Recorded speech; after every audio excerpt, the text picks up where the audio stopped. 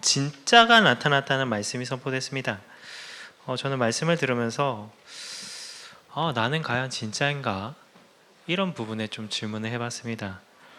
오늘 제목이 사단의 전략을 패하라는 제목으로 말씀을 나눌 건데요. 왜 사단의 전략을 패해야 될까요? 결국에는 진짜인데 진짜가 되어지지 못하게 하는 존재가 있기 때문에 그렇습니다. 그래서 그런 부분에 좀 말씀을 나누겠습니다.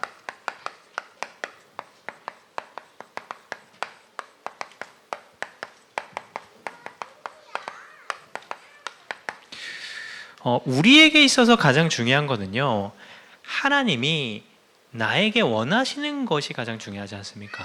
그 말은 우리 인생에 가장 중요한 거는요,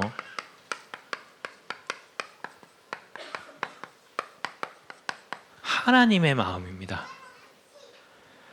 문제에 대한, 현실에 대한, 환경에 대한 하나님의 마음을 아는 게 중요합니다. 그래서 결국에는요, 하나님의 마음은요, 우리가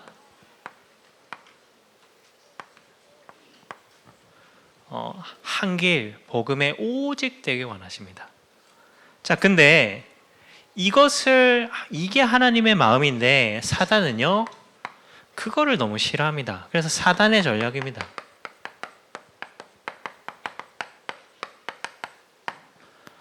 사단의 전략은요, 하나 되지 못하게 하는 거예요. 왜냐? 하나 될 때 진짜가 되기 때문에 그렇습니다.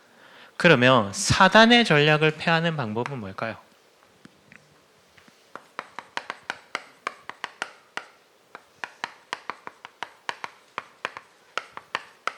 그 방법은요, 모두가 하나 되는 겁니다. 그래서 그런 부분 좀 말씀을 나누고 싶은데요. 왜 사단이 하나님의 마음을 자꾸 오해하게 만들까요? 이유는요, 사단이 두렵기 때문에 그렇습니다. 복음이 모든 것이 우리 인생의 진짜가 되는 순간에 하나님의 역사가 우리 인생 가운데 임하기 때문에 그렇습니다. 그러니까 사단은 뭐 하냐? 두렵기 때문에 자꾸 우리에게 두려움을 줍니다. 이렇게 되면 어떡하지? 저렇게 되면 어떡하지? 문제가 왔을 때 큰일 났다. 이런 두려움을 줘요. 그러면서요, 두렵기 때문에 사단은요, 자꾸 하나님의 마음을 오해하게 합니다.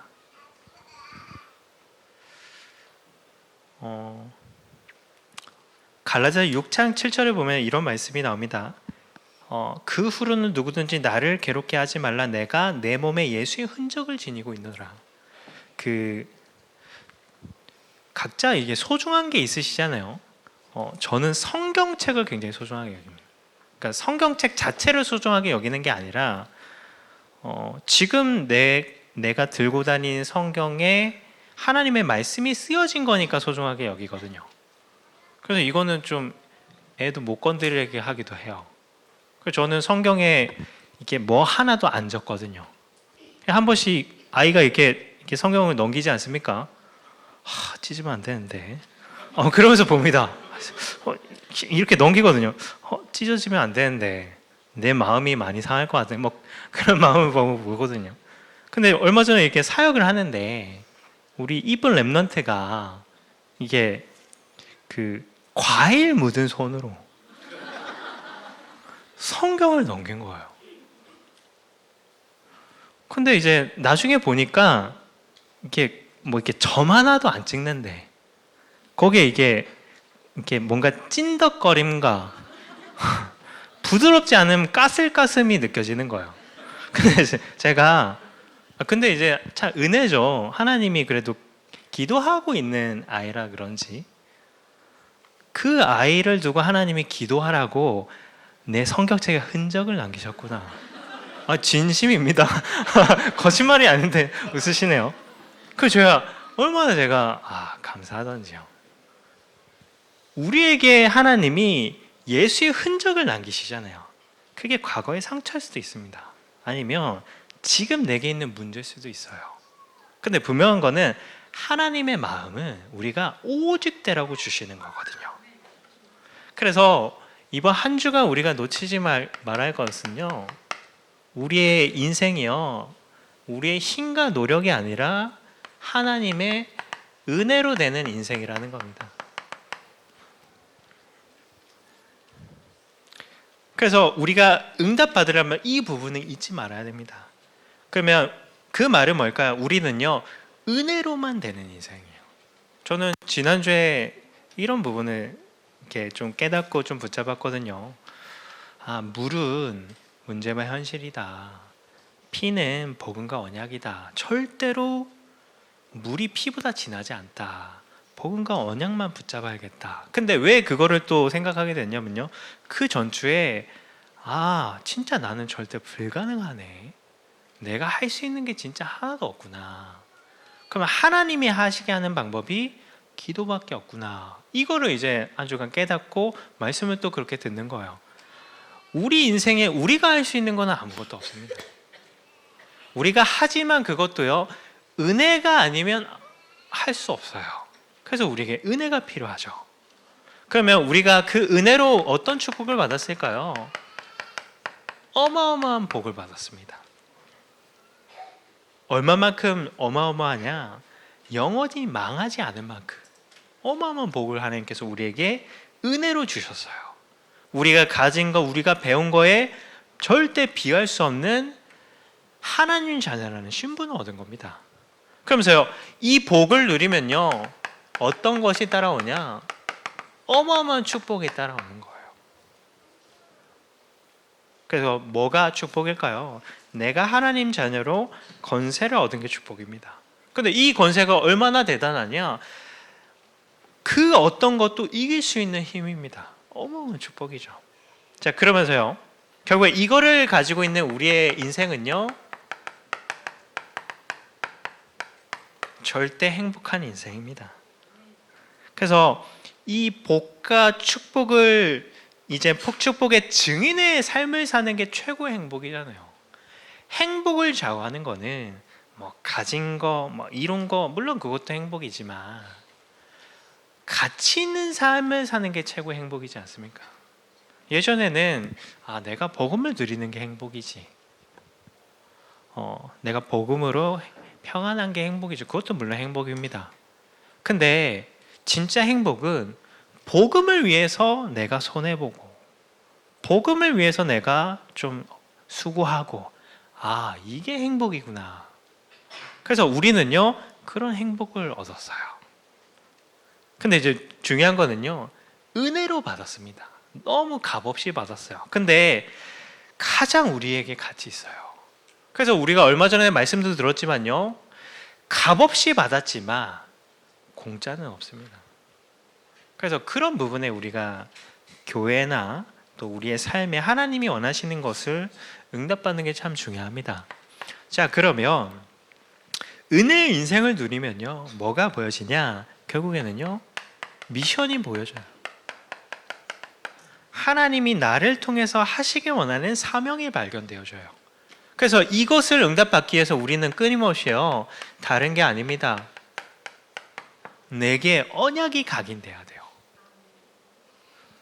언약이 각인되는 거의 증거가 뭘까요? 세상 그 어떤 것도 달콤하지 않은 거예요. 왜냐? 복음보다 달진 않으니까요. 내게 굉장히 달았던 것들이 이제는요, 내게 달지 않은 거예요. 언약이 각인되는 겁니다. 그럼 얼마만큼 언약이 우리에게 각인돼야 될까요? 우리도 생각하실 문제가 와도 흔들리지 않을 만큼. 그게 그래서 가장 중요합니다.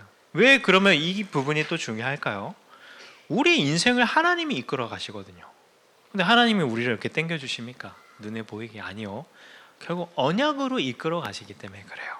자, 그러면 언약을 각인하면서 우리가요, 우리의 비전을요, 하나님이 우리에게 주신 비전을요, 뿌리 내려야 됩니다. 하나님 원하시는 건 오직이잖아요. 그럼 오직 되면 따라오는 축복이 뭘까요? 살리러 가게 됩니다.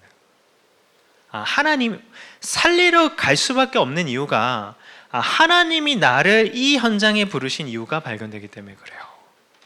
그러니까 경기 남부 지역 살리는 게 내 삶의 이유가 되기도 합니다. 그러면서요, 꿈이 체질되는 겁니다. 그 말에 24의 응답을 드리는 거예요. 예, 후대를 복음 엘리트 성공자 대통령 노벨의 응답을 받는 겁니다. 그래서 우리 교회는 복음 대통령이 많잖아요. 한 7분 계시지 않습니까? 그래서 제가 최근에 이제 자녀를 기도하는 가운데 복음 노벨인에 대한 좀 제목을 붙잡게 됐거든요. 저희 아이가 1호입니다. 복음 노벨 기도 제목이니까요. 계속해서 기도하면서 그런 부분에 응답 드리는 겁니다. 자, 그러면서요, 망대 인생입니다.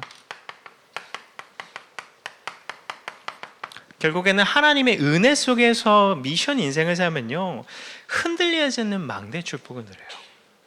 막 무너지고 흔들리는 망대가 아니라 어떤 문제에도 오해하지 않고 하나님의 절대 계획을 찾는 절대 망대의 인생을 걷게 되는 겁니다. 그래서 우리가 어떤 부분을요, 계속해서 인생에 대한 이미지를 응답받는 게 중요해요. 우리 인생을 좌우하는 거는 물론 내가 열심히 노력하고 최선을 다하는 것도 중요하지만요, 우리가 하나님 앞에 서는 그 시간이 우리 인생을 이끌어 나갑니다. 그게 가장 우리 인생에 큰 영향을 미쳐야 돼요. 그러지 않으면요, 문제가 옵니다. 그러지 않으면요, 뭔가 어디가 아파요. 왜냐? 세상이 가져다 주는 힘보다 내가 하나님이 받는 힘이요, 약하면요, 복음 안에서도 자꾸 그런 부분에 어려움 당하는 거예요. 스트레스 받고 싶은 사람이 어디 있습니까? 그렇잖아요. 근데 내가 힘이 있으면 그게 스트레스가 안 되는데 내가 힘이 없으면요, 자꾸 걸리게 되는 겁니다. 그래서 그 시간이 하나님을 만나는 시간, 하나님과 교제하는 시간, 또 나의 장막에 그 시간을 우리가 갖는 게 굉장히 중요하죠. 자, 그러면 이 시간을 통해서 우리 인생에요, 가장 중요한 것을 남기게 됩니다. 그래서 현장을 살리는, 후대를 살리는 응답을 받고 우리 인생에 나는 평생에 이것을 위해서 살아가야지, 그 부분이 정리되는 거예요. 그래서 우리에게 중요한 거는요, 지금 이 문제와 현실에 대한 내 마음이 아닙니다. 하나님이 그 문제의 현실에 허락하신 하나님의 마음과 하나님의 계획이 우리 인생에 가장 중요해요. 근데 중요한 거는 사단은요, 그거를 자꾸 오해하게 만듭니다.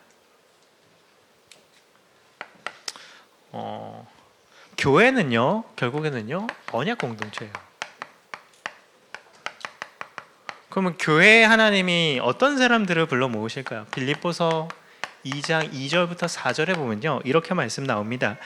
마음을 같이하여 같은 사랑을 가지고 뜻을 합하며 한 마음을 품어 아무 일에든지 다툼이나 허영으로 보지 말고 오직 겸손한 마음으로 각각 자기보다 남을 낮게 여기고 각각 자기 일을 돌볼 뿐더러 또한 각각 다른 사람들의 일을 돌보아 나의 기쁨을 충만하게 하라. 같은 사랑. 뭐에 대한 사랑이요? 복음에 대한 사랑. 여기 계신 분들 다 복음 사랑하시지 않습니까? 자, 그러면서요, 같은 뜻. 하나님이 우리 다민족교회에 주신 언약이 있습니다. 하나님의 뜻이죠. 그것을 다 마음에 품고 계시잖아요. 같은 뜻. 그러면서요, 같은 마음. 어떤 마음이요? 하나님이 교회를 통해서 주시는 언약과 제목의 성취에 증인되고자 하는 마음은 다 갖고 계시잖아요. 이게 없으신 분은 5점만 하고 가는 게 꼭 그건 아니지만 이 자리에 안 계시겠죠. 쉬어야 되고 누구 만나야 되고 이런데 모두 다 이 마음이 있으시지 않습니까? 그리고 그 마음이 있는 분들을 하나님께서 교회로 인도하십니다. 근데 사단은요, 이것들이 하나 되지 못하게 하는 거예요. 모이지 못하게 하는 거예요. 그래서 어떻게 하게 하냐? 다 모아놓고 이것들이 나눠지지 않으니까 어떻게 돼요? 다 각자 싸웁니다. 사단과. 왜 어떻게 각자 싸우냐? 내 현실, 내 문제, 내 상황, 내 입장, 이거를 가지고 주장하거나 얘기하게 하는 거예요. 절대 하나 될 수 없어요. 근데 이제 분명한 거는요, 압니다.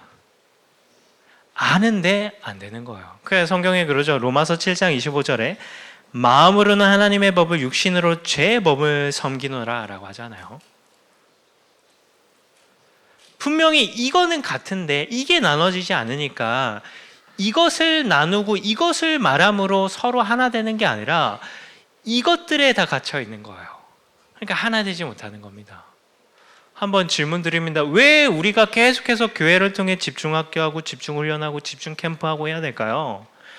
집중되지 않으면, 이것에 집중되지 않으면요, 여기에 매여서 사람이에요. 이것이, 근데 진짜 응답은요, 이것들 너머에 있거든요. 그래서 다윗이 골리앗을 쓰러뜨리지 않습니까? 다윗에게는 이게 없었나요? 아니, 내가 내 형편, 내 나이, 내 키, 내 능력, 내 힘 다 문제예요. 근데 다윗은요, 어떻게 골리앗 앞에 나갈 수 있었을까요? 이런 이유들이 있지만 이 이유보다 하나님의 마음이 내게 이은 거예요. 그러니까 나갈 수 있었던 겁니다. 그런 다윗에게 하나님이 역사하셔서 골리앗을 쓰러뜨리게 하신 거잖아요. 그래서 계속해서 우리가 이런 부분에 집중이라는 응답을 받아야 됩니다. 자, 그러면 각계 전투하니까 어떻게 해요? 각계격파 당하는 거예요. 자꾸 사단이 어떻게 합니까? 분열되게 합니다. 일단 가장 먼저 하나님과 자꾸 분열되게 합니다. 오해를 만드는 거예요. 자, 그러면서 자꾸 분리되게 합니다. 그리고 분쟁하게 만드는 거예요. 살리는 거에 힘쓰지 못하게 만드는 겁니다. 그래서 마태복음 18장 20절에 두세 사람이 내 이름으로 모인 곳에 나도 그들 중에 있다고 하잖아요. 하나님은 하나 될 때 역사하십니다. 근데 이미 하나 될 수 있는 내용은 갖고 있어요. 근데 뭐를요? 이것에 다 걸려 있는 거예요. 그러니까 육신은 한 곳에 있는데 마음은요, 다 제각기 있는 거예요. 다 다른 것에 힘쓰고 있는 거예요. 그러니까 사단이 어떻게 하냐? 각계격파하는 겁니다. 뭉치면 살고 흩어지면 죽는다. 우리 많이 들어오지 않습니까? 이게 이제 이승만 대통령이 예전에 많이 언급을 했대요. 근데 왜 그 말씀을 드리냐면요, 중요한 시간표에 하나님은요, 하나 되게 하세요. 그래서 우리가 너무 잘 알지 않습니까? 사무엘 선지자를 통해 미스바로 모이게 하죠. 하나 되게 합니다. 그리고 마가다락방에 모여서요, 하나 되게 함으로 오순절의 역사를 이루세요. 그리고 베드로가 옥에 갇혔을 때 마가라 하는 요한의 어머니 마리아의 집에 들어가서 어떻게 해요? 하나 돼서 기도하잖아요. 얼마만큼 역사하냐? 본인들은 믿음이 약합니다. 아니, 베드로가 왔는데 거짓말 치지 말라. 무슨 옥에 있는 베드로가 오냐. 본인들이 기도하면서. 근데 그 말은 본인들이 믿지도 않고 모여서 그래도 큰 위기가 당했으니까 기도한 거잖아요. 거기에 하나님이 역사하신 만큼요. 그래서 교회가 중요한 아시아 시간표를 가는 중요한 시간이기 때문에 우리가요, 이것을 넘어서야 됩니다. 그러면 사단의 전략을 넘어서는 방법은요, 우리가요, 하나 되는 거예요. 그럼 어떻게 하면 우리가 하나 될 수 있을까요? 우리의 마음을요, 모으는 겁니다. 그래서 시대가 흘러갈수록 말세가 될수록 하나님을 사랑하는 것보다 다른 것을 더 사랑한다고 하잖아요. 우리 마음을 지키는 게 굉장히 중요합니다. 그래서 신명기 4장 9절에 내 마음을 힘써 지키라고 하잖아요. 그러면 마음을 지키는 방법이 뭘까? 다른 거 없습니다. 우리의 마음을요, 우리 마음속에 복음을 계속해서 담는 거예요. 복음을 듣고 복음을 묵상하고 또 복음을 고백하고요. 그러지 않으면 우리 마음이 자꾸 내게 멉니다. 여기에 자꾸 머물러 있어요. 그러면 뭐가 안 보입니까? 하나님이 정말 원하는 게 안 보이거든요. 그러면서요, 자꾸 물질이나 성공을 향해서 갑니다. 우리의 마음이. 그래서 여기에 계속해서 우리가 마음을 담아야 돼요. 그러면서 우리 마음을요, 다른 게 아닙니다. 언약, 정확하게는요, 한 언약의 마음을 담아야 돼요. 그러니까 오늘 선포되지 않았습니까? 언약이. 거기에 마음을 담는 거예요. 어떻게 보면요, 내 입이요, 그 말씀 안에서만 내 말이 나오는 게 굉장히 필요할 수 있습니다. 그 말씀이 아닌 말은 안 하는 게 좋을 수도 있습니다.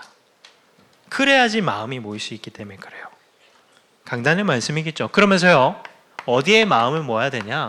교회의 마음을 모아야 됩니다. 결국에는 하나님의 말씀이 우리를 이끌어 나가시는데 하나님의 말씀이 선포되는 현장의 교회이기 때문에 그래요. 왜 우리가 목사님을 두고 늘 기도해야 됩니까? 하나님이 하나님의 음성을 전달해 주는 게 담임 목사님이시기 때문에 그래요. 그리고 교회를 이끌어 나가시는 게 하나님의 방법이 목회이기 때문에 그래요. 어쩌면 나를 두고 기도하는 것보다 목사님을 두고 기도하는 게 나를 10번 기도하는 것보다 훨씬 나을 수도 있습니다. 어쩌면 더 많이 기도하는 것보다 그게 더 실제적으로 우리 가정이나 후대에게 응답으로 올 수 있습니다. 그런 영적인 부분이니까요. 근데 이제 이걸 사단이 너무 잘 알기 때문에 자꾸 여기에 마음을 못 담게 하는 거예요. 여러 가지로 마음을 자꾸 빼앗는 겁니다. 그래서 여기에 대해서 마음을요, 계속해서 담음으로 모이는 겁니다. 그러면서요, 무엇을 모아야 될까요? 우리의 중심을 모아야 됩니다. 중심을 모으는 방법은 다른 게 아닙니다. 그거의 예배입니다. 주일 같은 경우는요, 주일은 주님의 날이잖아요. 그냥 온전히 하나님께 예배 드리는 거예요. 왜냐, 때로는 어떤 분들은 평일날 예배도 못 오시지 않습니까? 그래서 주일날은 온전히 힘을 얻는 겁니다. 그리고 평일 예배, 그리고 우리 계속해서 진행되는 훈련, 그리고 이번에 진행되는 캠프입니다. 그래서 분명한 거는요, 여기에 오지 못할 이유는 분명합니다. 왜냐, 이거는 모든 사람이 있거든요. 이게 없는 사람은 없습니다. 근데 중요한 거는요, 하나님의 역사는요, 그 이유 너머에 있습니다. 그래서 내게 있는 이유보다, 이 이유보다 하나님의 이유가 내게 더 커지는 만큼 하나님의 역사는 내게 크게 응답됩니다. 그래서 제가 담임 목사님이 새벽에 이렇게 말씀을 주셨잖아요. 이번 주도 목요일, 금요일 날 목사님이 말씀을 주십니다. 근데 목사님이 사역이나 움직이시는 게 적지 않으시잖아요. 근데 목사님이 딱 인도하신다는 걸 제가 딱 듣고, 하나님의 마음이 우리 귀중한 성도님들이 교회에 함께 모여서 함께 기도하길 원하시는구나, 그런 마음이 저는 전달되더라고요. 그래서 이유는 우리에게 평생 있습니다. 그 이유는요, 모양만 달라질 뿐이에요. 근데 중요한 거는요, 지금은요, 그 이유를 넘어가고 우리의 마음과 중심을요, 중요한 교회 중심으로요, 모아야 될 때입니다. 하나님이 역사하셔야 될 시간표이기 때문에 그래요. 자, 그러면 그 방법이 또 한 가지 또 우리가 응답돼야 될게요. 결국에는요, 기도입니다.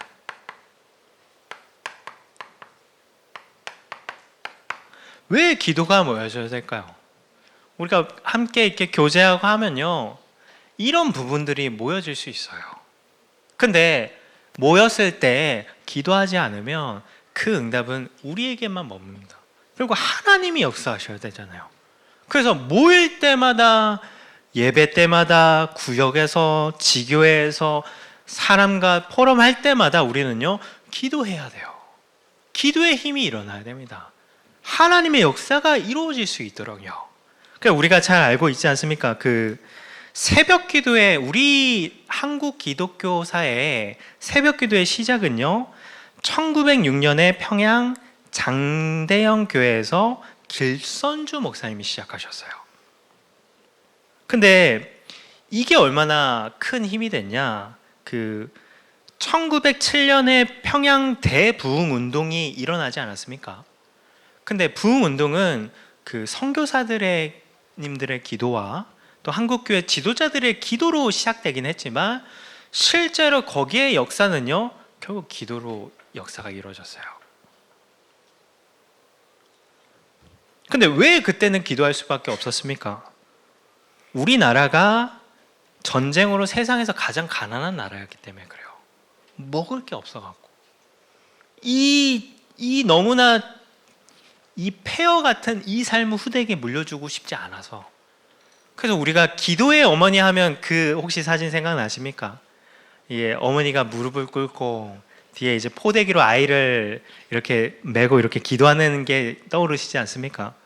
그때 그런 응답과 역사들이 있어요. 근데 물론 물질의 어려움과 환경의 어려움 때문에 뭐였지만요, 진짜 하나님께 간절히 기도한 거예요. 그게 어디 평양 대부흥의 응답을 일으키지 않습니까?